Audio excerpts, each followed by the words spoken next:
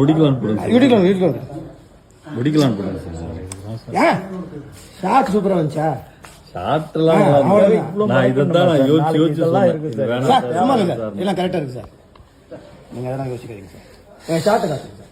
ஷாட்டை காட்டு. அதான் play back பண்ணி கீழே கிளாஸ்லாம் இருக்கு.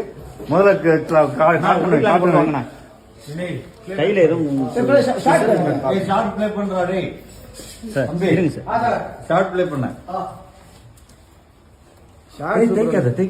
இல்ல சார். சார் எப்பவுமே ரத்தம் வருதுன்னா உள்ள பீஸ் இல்லன்னு அர்த்தம். ஆமா ஆமா சார் இதுக்கெல்லாம் நீங்க பயப்படவே கூடாது சார். நான் பாக்ஸ் இல்ல அது ஓகே நமக்கு கஷ்டமா இருக்கு. அதெல்லாம் ஒண்ணு சார்.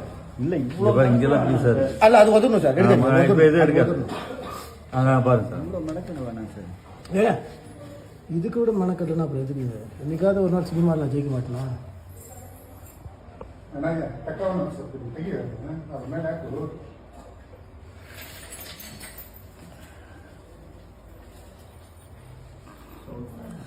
இந்த ஹைஸ்கூல்ல நான் போட சொல்லுவேன்.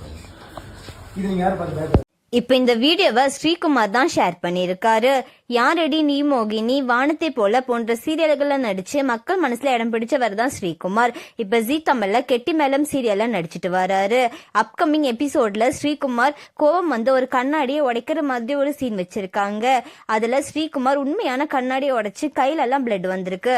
அதோட வீடியோ ஷேர் பண்ணியிருக்காங்க. அண்ட் அது மட்டும் இல்லாம ஸ்ரீகுமாருக்கு கையில ரத்தம் வந்தாலும் பரவாயில்ல, சீன் ஓகேவா இருக்கா அப்படின்னு சொன்னதுனால அவங்களோட ஃபேன்ஸ் நிறைய பேர் ரத்தம் வர அளவுக்கு எதனால நீங்க இப்படி ஸ்டெயின் பண்ணி நடிக்கிறீங்க, நீங்க ஃபர்ஸ்ட் உடம்பு பாருங்க அப்படின்னு எல்லாம் சொல்லி நிறைய பேர் கமெண்ட் பண்ணிட்டு வராங்க.